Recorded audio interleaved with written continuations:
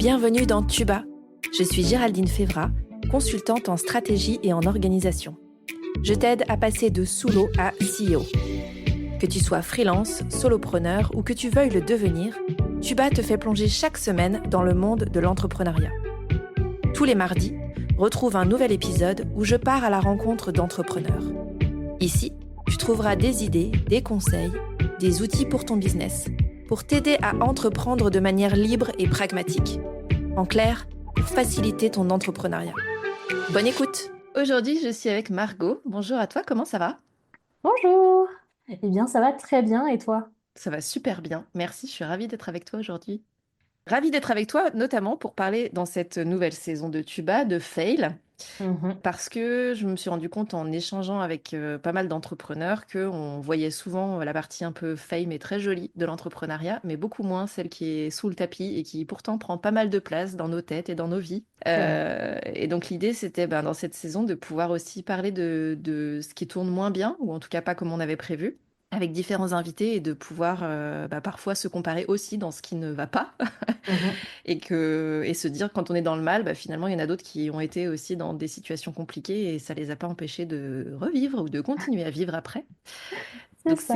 c'est un peu le but de cette saison. Donc merci d'être ici aujourd'hui avec moi et de venir Pourquoi nous parler merci? de ta vie de photographe. Oui. Ton expertise, c'est donc la photo Mhm. et aussi du consulting sur Instagram, tout ce qui est personal branding pour les entrepreneurs. Ça fait beaucoup Mhm. de mots en anglais. Ma belle-mère va me dire, je ne comprends pas de quoi il s'agit. Pour les auditeurs et auditrices qui ne te connaîtraient pas et qui ne comprendraient pas ce que je viens de dire, est-ce que tu peux nous expliquer qui tu es et ce que tu fais? Ok. Alors, donc, je suis photographe, donc personal branding, c'est-à-dire que je m'occupe de photographier plutôt la personnalité des chefs d'entreprise et des porteurs de projets plutôt que uniquement leurs produits et leurs services. Ok. En fait, l'idée, c'est de les mettre en valeur eux, parce que généralement, on ne s'attache pas à un logo ou à des produits, mais on Mm. s'attache à des personnes. Et du coup, mon rôle, c'est de montrer plutôt les facettes de quelqu'un, c'est-à-dire que si c'est quelqu'un qui va être extrêmement jovial, chaleureux, dynamique, en fait, moi, je vais le transcrire, pardon, en images plutôt que de faire des photos plutôt très figées Ok. qui vont ne montrer aucune personnalité de la personne. Donc voilà un petit peu mon rôle en tant que photographe. Et ensuite, à côté, je fais donc du consulting sur Instagram. J'ai une formation dans les réseaux sociaux et mon but, c'est aussi de permettre aux entrepreneurs de savoir parler d'eux-mêmes, savoir se vendre et de vendre leur entreprise, notamment sur Instagram, parce qu'aujourd'hui, c'est un média à part entière Mm. en fait, pour gagner des clients. Et malheureusement, il y a des entrepreneurs qui le font relativement mal parce qu'en fait, c'est un métier, voilà, c'est un métier qu'on doit apprendre. C'est un outil qui est hyper complexe. Même moi, il y a parfois des fonctionnalités que je découvre et en plus, ça change tout le temps. Il y a toujours l'algorithme qui change, etc. Donc, Ouais. en fait, l'idée, c'est vraiment d'accompagner un maximum l'entrepreneur qui a besoin de se mettre en valeur et mettre en valeur son entreprise. Voilà un petit peu mon rôle. Très clair. Merci beaucoup pour les explications. Depuis combien de temps tu fais ça Avec et plaisir. comment t'es arrivée à ça? En fait, ça fait 3 ans que je suis à mon compte en tant que photographe, mais mon parcours entrepreneurial n'a pas commencé il y a 3 ans, il a commencé il y a 5 ans, en janvier 2020. Vous savez, juste avant, C'est ça. Quand on dit les avant dates, maintenant on sait, on dit ah punaise, ah ouais je vois. c'est ça, avant une petite épidémie mondiale, en fait, j'ai ouvert mon restaurant à Ok. Rennes. Donc, à peu près 7 semaines avant le premier confinement, donc avant Ok. la fermeture de tous les restaurants et commerces. Ça faisait 8 ans que je travaillais sur ce projet d'ouverture de café-restaurant et en fait, ça s'est pas passé comme prévu, d'où cet épisode un petit peu sur le fail. Mm. En fait, j'ai j'ai fait mes études dans la communication, passionnée de photos, etc. Et sauf que mon petit rêve au fond de moi, c'était d'ouvrir mon restaurant. Donc, j'ai travaillé beaucoup là-dessus. J'ai passé mon CAP pâtissier en candidat libre. Voilà, j'ai eu tout un cheminement autour de ce projet-là. Et puis, bah, une fois que j'ai eu les clés de ce commerce, je me suis rendu compte que c'était pas fait pour moi. Ok. Donc, petite douche froide déjà en janvier, du coup, à l'ouverture. Et puis, bah, seconde douche froide à la première fermeture 7 semaines plus tard avec le Covid qui arrive. Très rapidement, on se rend compte que ça fonctionne pas si bien avec mon associé, notre association. Ok. On va dire troisième douche froide. Ouais, il y a ça aussi qui est pas évident. Et du coup, bah, on a réussi à sortir de la crise du Covid comme on a pu. Mm. Mais j'ai senti que moi, il fallait que je parte. Donc là, la décision de me dire, est-ce que j'abandonne tout ce que j'ai entrepris, tout le temps, toute l'énergie, tout l'investissement financier aussi que j'avais mis dans ce projet-là? Ouais. Qu'est-ce que j'en fais? J'ai finalement pris la décision de revenir sur mon métier initial, donc revenir à ma passion qui est la photo et l'accompagnement en fait sur les réseaux sociaux. Au début, j'ai voulu m'adresser aux commerçants, comme ça c'était une suite logique. Après avoir moi-même tenu un commerce, je Ouais. me suis dit, bon, bah, c'est la bonne chose à faire, je suis douée là-dedans. Surtout qu'on avait bah, réussi à avoir une très bonne communauté aussi sur la page que j'animais pour mon restaurant, notamment Mhm. sur Instagram. On avait gagné le trophée des commerçants de Rennes. Enfin voilà, c'était quand même Au assez. décollage quand même, ouais. Enfin, ouais, ouais, Ouais. Enfin, j'avais bien fait mon travail, Mm. pour le coup. Et puis aussi, je me rendais compte que j'étais bien mieux planquée derrière mon ordinateur, Ok. que c'était ça qui me plaisait. Et puis, c'était aussi la construction du projet. Ok. Je me suis rendu compte en rencontrant énormément d'entrepreneurs autour de moi qu'il y a ces gens qui aiment créer et puis il y a ceux qui aiment bah, valoriser sur le long terme, on va dire, Ouais. faire des projets un peu plus voilà, sur le long terme. Eh bien, moi, je fais partie de ces personnes qui aiment créer et c'est Mm. pour ça que j'aime bien accompagner aujourd'hui des entrepreneurs qui sont sur les débuts, parce qu'ils sont en lancement, en façonnage de leur entreprise. Et c'est pour ça que c'est hyper intéressant. Ok. Mais voilà un petit peu mon cheminement, pourquoi j'en suis là aujourd'hui. Et je regrette pas du tout. Alors, merci. On va y revenir justement sur les détails. Avant de rentrer un peu plus dans le détail justement de ce cheminement et de ce qui s'est passé, des prises de conscience, etc. Je voudrais savoir ce que c'est pour toi la définition d'un fail, parce que je me rends compte qu'en fait c'est très subjectif et qu'on n'est pas Mhm. tous câblés pareil, on n'a pas tous la même perception. Et que finalement, dans ce qu'on traverse, notre définition va aussi avoir un impact sur la manière dont on va traverser une boulette, un fail, etc. Donc, je voulais savoir ce que c'est pour toi déjà un fail, avant de rentrer plus dans le détail du tien. Bah, bon, on va dire que littéralement, c'est le fait de se tromper. Mm. Et ouais, pour moi, je pense que le plus gros fail, c'est de m'être trompé de rêve, Ok, littéralement. C'est d'avoir idéalisé un métier, d'y être allé tête baissée et sans forcément bah, penser à tout ce que ça va engendrer ou le quotidien en tout cas que ça va engendrer. Euh, ouais, enfin, ouais, c'est plutôt se tromper. ok, Ouais. ok. Dans ce que tu dis, c'est intéressant parce que tu dis en gros y aller sans forcément tout voir, mais par définition, quand c'est Hmm. nouveau, on peut pas tout voir.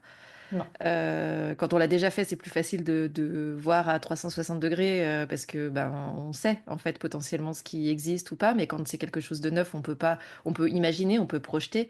Mais quand on l'a pas vécu, c'est différent. Hmm, hmm, hmm. Et donc dans ta notion de se tromper, il y a j'entends un truc un peu comme dire j'aurais dû voir ce que quelque part je pouvais pas voir. Oui.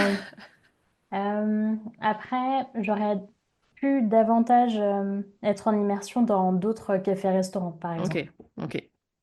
Moi, mon métier de base, c'était plutôt dans la communication, donc en fait, j'étais salariée dans des entreprises dans le côté tertiaire, côté Ouais, administratif. Donc, alors, j'ai bossé dans le commerce un petit peu, mais trop ponctuellement, ok. pas suffisamment. Ouais, Et avec une encore vision parcellaire du moins, coup de la réalité en fait. ouais, c'est Ok. ça. Donc, c'est vrai qu'aujourd'hui, quand je rencontre des personnes qui veulent se lancer, parce que c'est vrai que c'est aussi beaucoup idéalisé comme, je rencontre énormément d'entrepreneurs qui me disent, ouais, j'aimerais bien lancer mon petit café un jour. Et c'est vrai que dans l'imaginaire, c'est hyper sympa. Mais, euh, mais ouais, j'avais pas la vision de tous les à côté.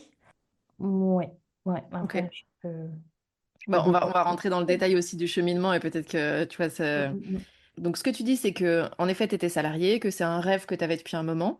mhm. À quel moment tu te dis, bon, ça y est, c'est maintenant, en fait, j'en ai marre d'idéaliser, de rêver ce truc-là, je sors, en fait, de mon job de salarié et ça y est, je me lance. Qu'est-ce qui fait Mhm. que tu te dis, ça y est, c'est maintenant? En fait, j'étais en alternance pendant mes études dans une start-up à Paris. Ok. Donc j'avais deux boss qui avaient à peu près le même âge que moi à ce moment-là et qui me disaient mais si tu te lances pas maintenant, sans enfant, en étant jeune, tu te lanceras jamais. Mm. Et c'est vrai que ça a fait son petit chemin. Je me suis dit c'est peut-être pas quand j'aurai des enfants que j'aimerais forcément travailler autant de temps, notamment dans un commerce, que bah, mes week-ends seront beaucoup plus mouvementés. C'est le mot. Et, et c'est ça qui m'a un petit peu poussée à me lancer. Ok. J'avais pas d'impératif. Donc après mon alternance, je suis rentrée sur Rennes. Mon associée, elle aussi, avait le projet de revenir sur Rennes. Ok. Du coup, je l'ai un petit peu plus poussée et voilà, on s'est dit, bon, bah finalement, c'est le bon moment. Ok. Donc, c'est le bon moment. Mm. Ça y est, go. Et du coup, c'est quoi les étapes pour que ça se mette en place, en fait? Tu parlais tout à l'heure d'avoir fait une formation. Enfin, comment ça s'est mis en place, en fait, au-delà Ouais. l'idée, tu vois, du projet? Mhm. Comment vous créez ça? Alors, bah, on commence enfin, à faire des petites réunions régulièrement. On commence par aller voir la banque aussi, au tout début Ouais. de notre projet, pour un petit peu voir comment ça fonctionne. Est-ce qu'il vaut mieux trouver le local, puis trouver la banque qui va nous suivre? On se rend compte que c'est un petit peu l'inverse de quand on achète à titre perso. Du coup, il vaut mieux avoir le non, oui, il faut mieux avoir les fonds de la banque pour avoir le budget et Ouais. ensuite on cherche notre local. Ok. Donc là, la banque, sur notre premier rendez-vous, donc on va dire 2 ans avant l'ouverture du restaurant, nous dit, alors là, vous avez aucune expérience dans la restauration, ça va pas être possible. Ouais. Et on apprend dans le même temps qu'il faut avoir son CAP pâtissier pour pouvoir ouvrir un restaurant. Ok. C'est pas une bonne nouvelle à ce Bah, moment. c'était pas prévu, j'imagine, dans le plan global, en fait, hein, en C'était disant, ah pas oui, il nous prévu. manque un petit détail quand même, un CAP. Voilà. C'est ça. En fait, nous, notre but, c'était enfin, d'avoir un salarié en cuisine. Ouais. Et nous, on serait en gestion, service et en backup, en restauration, mais Ok. dans la cuisine. Sachant que moi, je déteste la pâtisserie. Quand on Oh, nous dit ça, ok. déjà, on se dit, bon, on va le passer toutes les deux, parce que déjà, ça va nous donner une chance, enfin, au moins une chance qu'il y en ait une des deux qui l'ait. Ouais. Parce qu'on se rend compte qu'en fait, le CAP pâtissier, ça a beau être un niveau 14 ans, je pense, ils ont à peu près 14 ou 16 ans, Ouais. les personnes qui le passent. C'est très, très technique. Ah ouais, ça staff, en fait, c'est Ouais. pas... Ouais. Ouais, donc en fait à ce moment-là, j'ai un boulot, enfin je commence un travail qui est à mi-temps, enfin à Ok. temps partiel. Donc j'ai tous mes lundis. Ok. Donc je commence le CAP à distance. Donc tous mes week-ends, je les passe à réviser la cuisson du sucre pour faire un caramel. Ouais. Et je me mets à faire des croissants, des millefeuilles et de la pâte à choux à toutes les sauces. Mes collègues étaient ravis Ouais, le tu mardi m'étonnes. quand je revenais au travail. Mais moi, j'étais un peu moins ravie parce que ça prend énormément de temps, Ouais. euh, énormément d'échecs aussi. Là, pour le coup, on parle de fail. Mm. Le nombre de croissants que j'ai ratés, le nombre de... Bon, la pâte à choux, c'est pas le plus dur, mais voilà, beaucoup d'échecs là-dessus. Très, très difficile. Et on a fini par l'avoir toutes les deux. Bravo, Donc, 100% de réussite. ouais, merci. Mais c'est vraiment pas évident, surtout quand on se retrouve avec tous les étudiants qui sont dans leur propre cuisine, qui ont passé 2 ans dans une cuisine, et toi, tu Ouais. arrives pour la première fois dans une cuisine professionnelle, alors que tu as toujours cuisiné dans ta petite cuisine de Ouais. ménagère. Et on te dit, prends la Maryse, la quoi? Qui? Comment? C'est quoi? Qu'est-ce qui se passe? Bon, ça. Mais c'est vrai Selon que ton niveau, tu peux. Ouais, c'est ça. les fours professionnels, Ouais. les étuves, c'est c'est un sas pour mettre les croissants justement pour pousser. Ouais. Ça, T'as pas c'est... ça à la maison, a priori. Ah non, clairement pas. Donc du coup, bah voilà, on l'a eu, on était très heureuse. Donc après, très rapidement, on a trouvé le local. On Ok. a fait le choix de trouver un petit local pour que les banques nous suivent, justement. Ouais. Dans un premier temps, pour un premier commerce, en n'étant pas de la restauration, on reprenait un café-restaurant qui faisait à peu près la même chose que nous. Donc, en Ok. fait, on avait la visibilité, le fait que ça marchait, Ok. on avait des bonnes bases. On a même fait une passation avec bah, Ok. l'ancien restaurant. Propriétaire, ouais. Voilà, donc très cool. Voilà un petit peu les étapes. Après, on a aussi eu toutes les rencontres avec plein de personnes qui faisaient la même chose que nous Mhm. ou enfin, qui étaient installées. Donc ça, c'était vraiment la partie et la phase du projet qui était hyper cool, quoi. Le lancement dont tu parlais Ouais, tout à l'heure. c'est On ça, aime le le lance. lancement, c'est ça. Ouais. Ok. On a même, enfin voilà, on a eu des étapes où on est passé devant un jury pour avoir des aides en plus de la ville de Rennes, de la BPI également. Voilà, Ok. donc on a eu quelques aides et voilà, en janvier 2020, on pouvait ouvrir. Euh, Top. Jusque-là. ouais. Et qu'est-ce qui se passe? Hormis le Covid, ça on connaît, mais qu'est-ce qui se passe Ouais, à ce moment-là? qu'est-ce qui se passe? Déjà, en fait, à l'origine, le projet, donc mon associé, elle était plutôt dans l'événementiel. Ok. Le projet était plutôt tourné vers l'événementiel. Moi, faisant de la photo, je voulais aussi faire des expositions. Voilà, il y avait vraiment un aspect événementiel. Voilà, Ok. du restaurant. Et on se retrouvait dans un 25 mètres carrés. Donc, l'idée en prenant ce local-là, c'était d'acheter la surface qui était juste à côté. Donc, D'accord. en fait, dans un premier temps, acheter juste cette cellule-là, et puis Ok. quelques mois plus tard, ou ouais, quelques En tout mois, cas, quand ce sera assez développé, quoi. voilà, Ouais. racheter la cellule d'à côté, et puis agrandir et faire vraiment tous les événements qu'on avait en tête, qu'on Ok. envisageait. Et premier jour où on a les clés, on commence à faire les travaux, et là, alors, il y a plusieurs choses qui se passent. Déjà, je pense qu'il y a eu une pression financière qui s'est abattue Ouais. littéralement sur mon associé et moi. Je pense qu'on a réalisé l'ampleur, Ouais. le fait d'avoir un loyer à payer qui soit assez conséquent, Mm. salarié également. Voilà, c'était concret, réel. Et dès le premier jour, en fait, il y a eu un rapport de force qui s'est établi entre nous deux. Un rapport de force enfin, qui n'était pas du tout comment Prévu dire, ou existant jusque-là, quoi. ouais, c'était pas Ouais. existant, voilà, jusqu'à présent. Et puis en fait, moi, je me suis positionnée en tant que la personne qui a besoin d'être accompagnée. Enfin, je sais pas comment dire.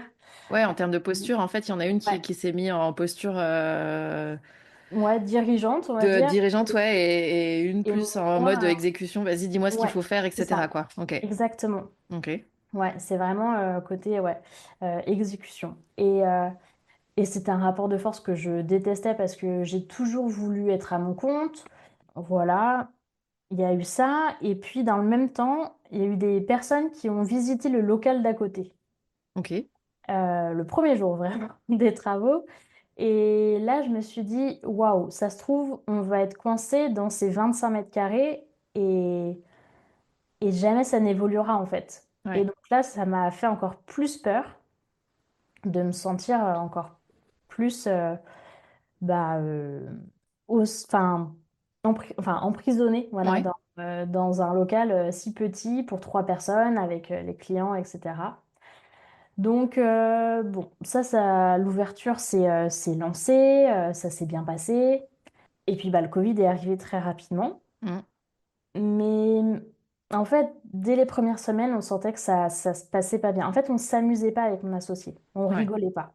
Parce Ok. que nous, on avait créé ce concept-là pour justement passer des super bons moments, pour être content de venir au travail, chose qu'on recherche tous en se mettant à son compte. Ouais. Et là, on n'y était pas. Il y avait ce rapport de force.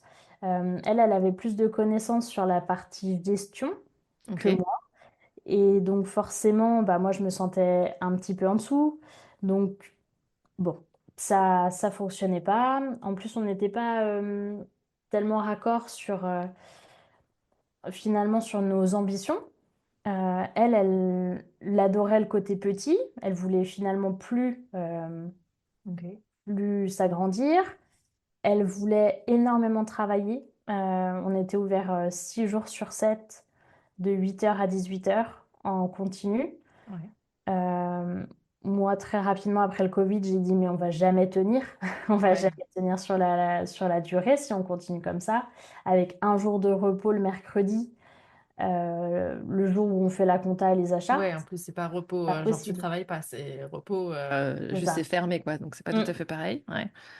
En fait, avec le Covid, je me suis rendu compte que l'évolution que j'avais dans ma tête, le fait de grossir progressivement et de bah, acheter la parcelle d'à côté, etc., tout ça s'était balayé en fait, parce que je Ouais. voyais qu'on n'allait pas du tout pouvoir exploser notre chiffre d'affaires. On n'allait pas pouvoir recruter non plus pour nous soulager de cette charge de travail qui était énorme. Mm. Et du coup, en fait, là, le rêve était devenu complètement bah, illusoire et c'était plus du tout comme ce que j'avais dans ma tête, quoi. Ça vire au cauchemar, quoi. En fait, au Oui, moment où ça totalement. devient réel, on dit, ah ouais, non, alors en fait, c'est pas du tout ça que j'avais envisagé, quoi. Non, pas du tout. Pas du tout. Être Ouais. complètement esclave de mon travail, zéro repos. En fait, j'étais pas prête à ça. Ok. Donc, et puis surtout pour ne pas m'amuser au travail. C'est-à-dire que Ouais. Oui. vachement travailler, Ouais. c'est un fait.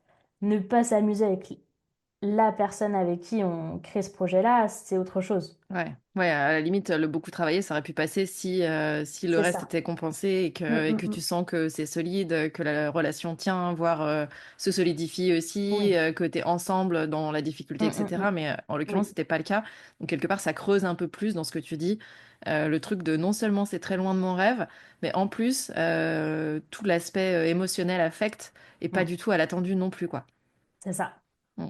C'est ça, c'est ça. Donc, rapidement, il a fallu trouver une solution parce qu'on n'allait pas continuer comme ça. Ça se passait trop, trop mal, en fait, entre nous. Donc, elle, ça lui plaisait. Ok. Enfin, c'était comme elle l'imaginait. Donc, elle n'a pas été déçue, en fait, sur le travail en tant que tel. Ouais. Moi, j'ai été choquée par la quantité de vaisselle. Ça Voilà, peut aller c'est... vite, oui. Non, mais c'est vrai, quand on est Ouais. un café, bah, s'il y a 75 cafés dans la journée, Mm. pardon, c'est 75 tasses, cuillères, soucoupes à Soucoupe. laver, Ouais. etc. Mm. Et ça, c'est que des cafés. Donc Ouais. voilà, tout ça, c'est vrai que c'est quelque chose que j'avais pas forcément envisagé ou voilà. Et donc, j'ai décidé au bout d'un an et demi de revendre mes parts Ok. à mon associé. Ça s'est très bien fait. On a su rester, c'est quoi le terme? Digne, Pas enfin, tu digne, vois, mais mais... enfin, on s'en est sorti à l'amiable, quoi. Ouais, ouais, C'est ok. tout s'est Ouais, bien sans se déchirer non plus et en restant aussi adulte, en se disant, cordial. bah, ça a pas marché, mais voilà, ça arrive, quoi. Oui, oui. Alors, elle l'a moins accepté que moi. Ok, Mais on est resté voilà, sur de la cordialité ok, sur la fin. ok. Donc voilà. Et puis après, moi, quand j'ai décidé de me mettre à mon compte, bah, j'ai su que j'étais à la bonne place et je regrette pas du tout cette décision. Ouais, Au contraire. Je sais que c'est là, enfin, il a fallu passer par cette étape ouais. parce que c'était mon rêve et sinon, ça serait toujours resté dans ma tête. Mm, Et du coup, en fait, avant, j'ai toujours fait de la photo, donc depuis que j'ai 14 ans, mais la photo de mariage, la photo de grossesse, etc., ça m'intéressait pas du tout. Je mm. n'étais pas passionnée par cette photo-là. J'étais persuadée qu'il y avait que ça. En fait, quand on était photographe, il y a Ouais. que cette partie-là. Mm, Et en fait, quand j'ai découvert les shootings photos dans mon propre resto, tout ce que je pouvais faire, c'est là où je me suis dit, bon, bah, en fait, il y a quelque chose à faire pour les entreprises. mm. Et un peu plus tard, là, je me suis dit, mais en fait, c'est tellement l'entrepreneuriat qui me passionne qu'il faut que je photographie des entrepreneurs. Ouais. Ouais, donc Donc quelque voilà. part, le fait d'être passé par là, à la fois de vivre ton rêve et de te dire, bon, bah, c'était entre ce que j'ai imaginé et la réalité, il y avait un gros gap, Mhm, ok, mais au moins j'ai testé. Ça t'a aussi permis quelque part d'affiner le projet dans lequel tu es aujourd'hui.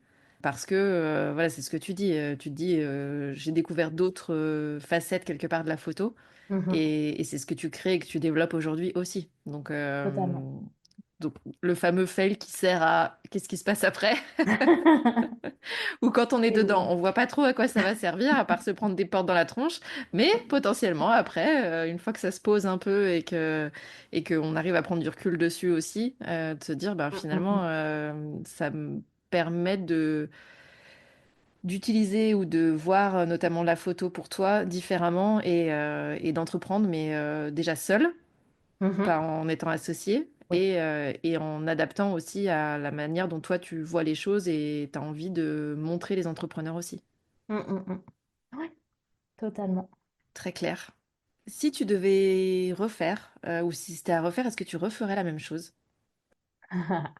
Oui et non, dans le sens où aujourd'hui, en ayant donc 5 ans d'entrepreneuriat derrière moi, je me rends compte que l'entrepreneuriat, c'est vraiment un cheminement et du pivot permanent. Mm, C'est des décisions à prendre, c'est de l'évolution en fait, tout le temps. Et nous, avec le restaurant, je pense qu'on était trop focus sur l'opérationnel et moins sur la stratégie. Et, euh, et aujourd'hui, mais c'est avec le recul et bah, je sais ce qu'on aurait dû faire et ce qu'on n'aurait pas dû refaire. Enfin, voilà, donc il y a des choses que je referai. ouais, Mais c'est sûr que je referai en tout cas tout ce cheminement du CAP pâtissier, ouais. de l'ouverture du restaurant, etc. Je le referai, mais évidemment, si j'avais Oui, su quand tout tu connais ça, la fin, ouais, bien sûr, c'est je facile après l'aurais coup. fait Ouais, différemment. Ouais. ok. Mais oui, parce que je sais que ça a été c'est une part importante de ma vie. Mm, Ça le restera et ça m'a appris énormément de choses. Donc non, zéro regret, même par rapport aux rencontres que j'ai fait, évidemment. Non, pas de regret, je le referai, même si c'était dur. ouais, j'imagine le fait de se rendre compte que ben, finalement ton rêve et ce que tu idéalises, c'est pas la réalité. Mhm. Tu nous as parlé de l'aspect très factuel de la revente de parts, etc.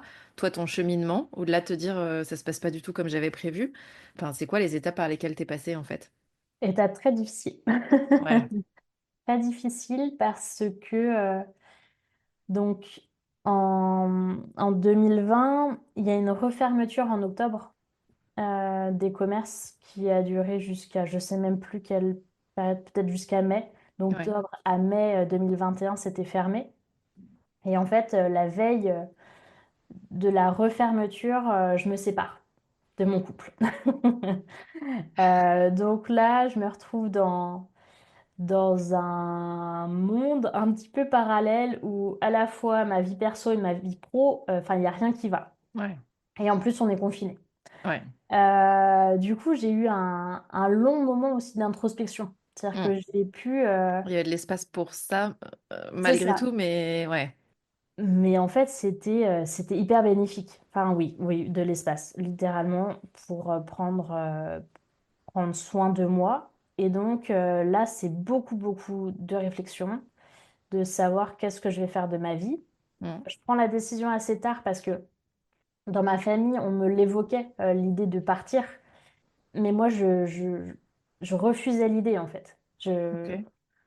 C'était dur, en fait, ouais, de se dire, bon, bah, je dis au revoir à mon rêve alors que c'était mon rêve. En fait, Mm. on a envie de se borner à dire, mais non, mais il faut y aller, c'est dur, ça fonctionne pas, mais on va Mais continuer, on va ouais, ouais. trouver des solutions. Ouais, c'est souvent ce que je dis, tu vois, la différence entre la persévérance et l'obstination. Il Mm. n'y a pas une frontière avec un panneau qui te dit, ça y est, vous êtes Non, passé de l'autre côté. En fait, c'est c'est ça. difficile de sentir, surtout quand Mm. c'est aussi intense qu'un rêve et un truc que tu as toujours voulu faire. Tu te dis, bah, peut-être que tout le monde passe par là et que finalement, il faut juste que je m'accroche un peu, quoi. Bah, c'est ça. Mm. Ouais, ouais, c'est très dur de se dire, voilà, quand est-ce qu'on doit dire stop? Ouais. Donc, je sais même plus comment j'ai eu ce déclic. Je pense que ça doit être une énième fois ma sœur qui me dit, mais pourquoi tu vends pas tes parts? Et Et d'un coup, ça devient, ouais, pourquoi, en effet? bah ouais, la question c'est en fait pourquoi je m'obstine. Mm.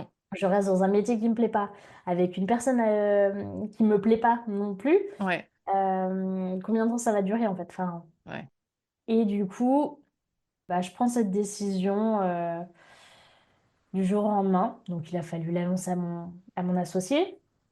Mais je savais que c'était la bonne décision. Je me sentais soulagée en fait quand je l'ai ouais, prise. ouais, bah, Quand on se sent c'est un soulagé, en signe, général, ouais. c'est que c'était la bonne chose à faire. Mm. Après, au début, l'idée, c'était peut-être d'ouvrir un autre commerce à moi, Mhm. en reprenant un petit peu la notoriété de mon restaurant, faire une espèce de succursale voilà, Ouais, de mon restaurant. Et puis en fait, je me suis rendu compte aussi, chose que j'ai pas dite, que le commerce, c'est une petite prison. Moi, en fait, je crois que je m'étais toujours imaginé être entrepreneur. Mm. Dès le plus jeune âge, je savais que je voulais être à mon compte. Mais ce que je voyais, c'était la liberté. Ouais. La liberté d'entreprendre là où on veut, quand on veut, aux horaires qu'on veut. Et en fait, le commerce, ça t'oblige à être à 8 heures tous les jours à ouvrir. Mm. Tous les jours de la Quoi qu'il semaine, arrive, ouais. voilà. Mm. Et ça, en fait, je me suis rendu compte pendant tous ces mois d'introspection que c'était ça, en fait, le point où j'avais du mal à me dire, bon, bah, tous les jours de toute l'année, je peux pas être libre de partir, d'avoir d'être malade, ou enfin voilà, d'être vraiment bah, soumis aux horaires de mon commerce. Mm. Donc là, je me suis dit non. En fait, il faut pas que je me remette dans un commerce. Il faut que je me mette en tant que freelance indépendante, mais plutôt dans un métier Mm. où je suis libre d'entreprendre là où je veux, quand je veux, avec mes propres règles. Mm. Et voilà, c'est aussi ça qui m'a aidé à prendre ces décisions. En fait, j'ai vraiment fait le portrait de mon métier rêvé, de mon avenir rêvé, et j'ai coché toutes les cases. Mm. Et voilà, et j'en suis arrivée au fait d'être photographe et de travailler sur les réseaux sociaux. Et c'est intéressant ce que tu dis, tu vois, dans la notion de liberté, parce que c'est un peu comme le fail, en fait. Je pense que c'est très subjectif et que quelque part, on a tous notre propre notion de ce que c'est que la liberté. Et le fait de pas se poser la question et de se dire, ah bah, je veux juste être libre, tu vois, mais sans forcément avoir Mm, mm, creusé, mm. ça peut mener sur des chemins qui sont pas ceux qui nous correspondent, en fait. Et c'est ce que tu disais, en soi, la liberté, quand tu entreprends, on peut se dire que quelle que soit l'entreprise, à partir du moment où c'est la tienne, tu es libre.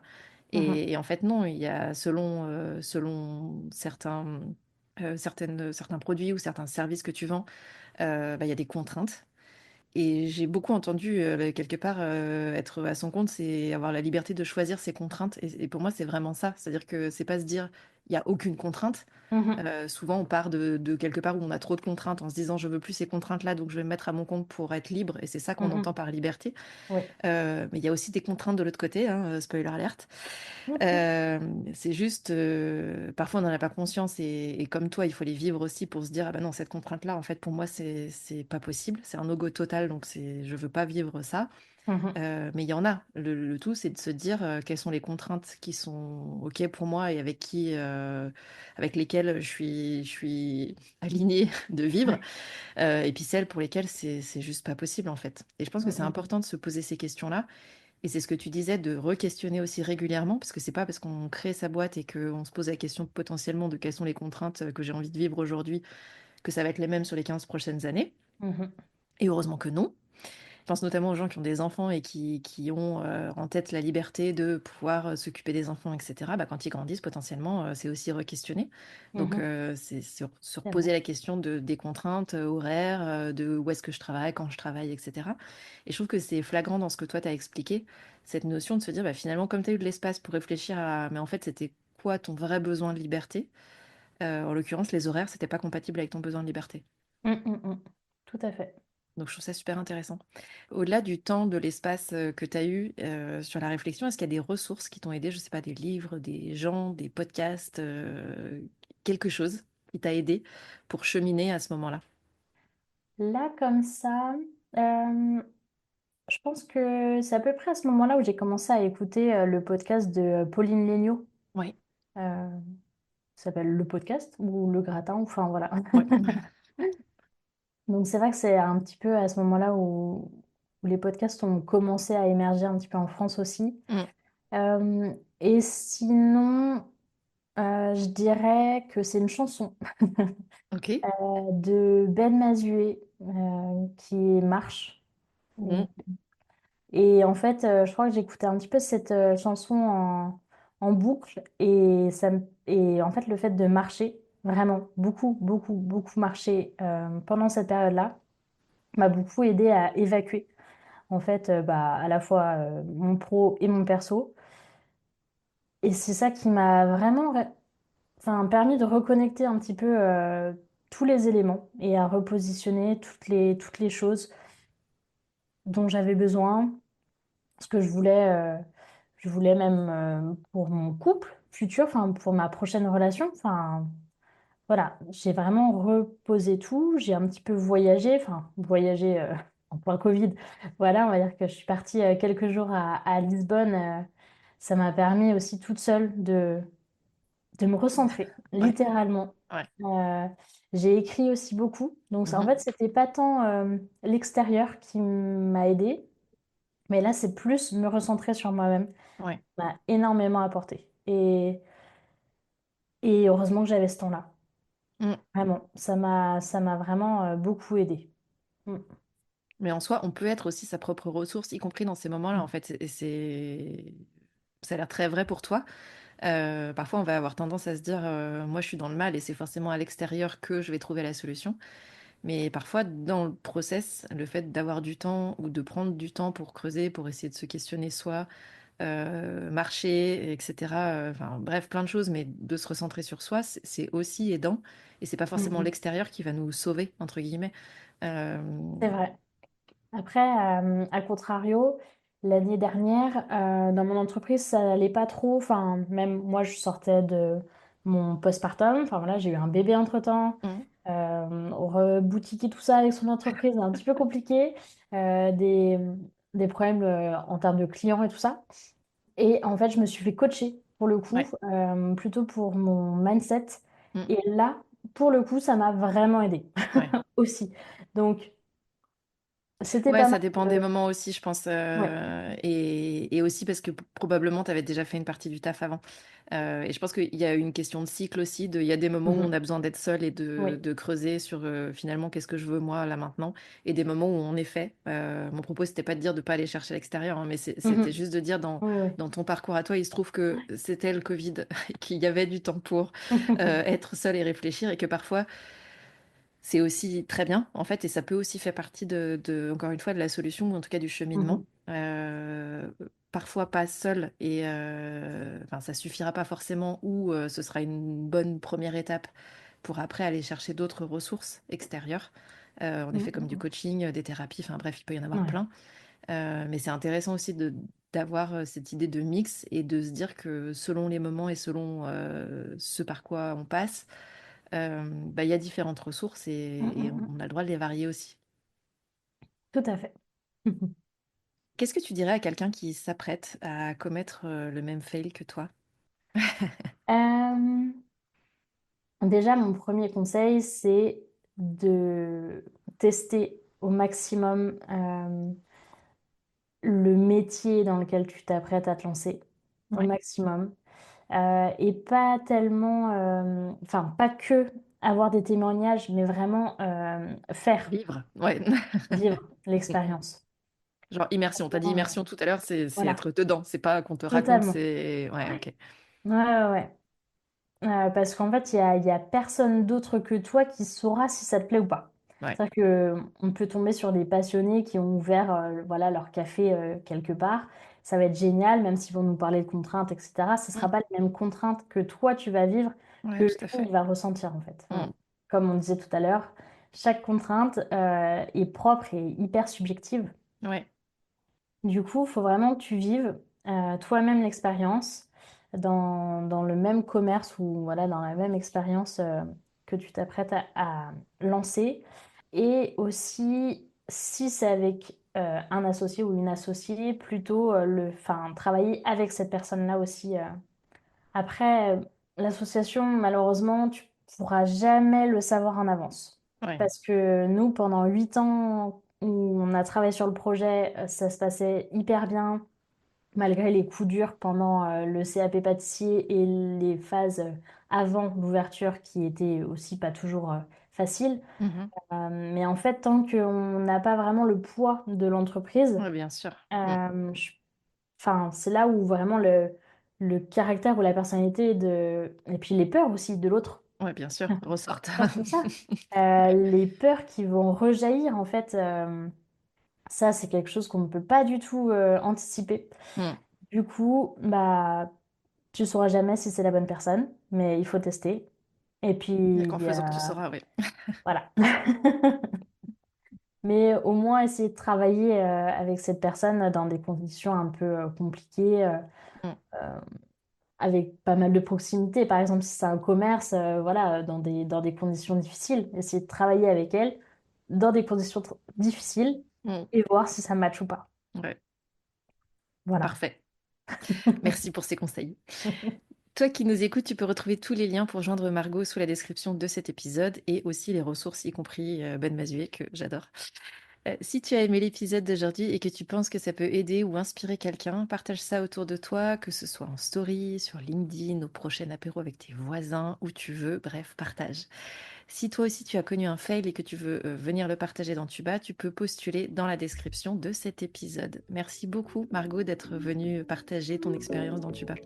Merci beaucoup à toi. Avec plaisir. Merci pour ton écoute. Tu as aimé cet épisode? Si tu veux promouvoir Tuba, la meilleure façon de le faire, c'est de laisser un avis 5 étoiles sur ta plateforme d'écoute préférée. Tu peux t'abonner pour ne pas rater les prochains épisodes et partager celui-ci avec d'autres entrepreneurs à qui il pourrait être utile. Si tu veux me faire un retour direct, retrouve les liens pour me contacter en description de l'épisode. On se retrouve la semaine prochaine.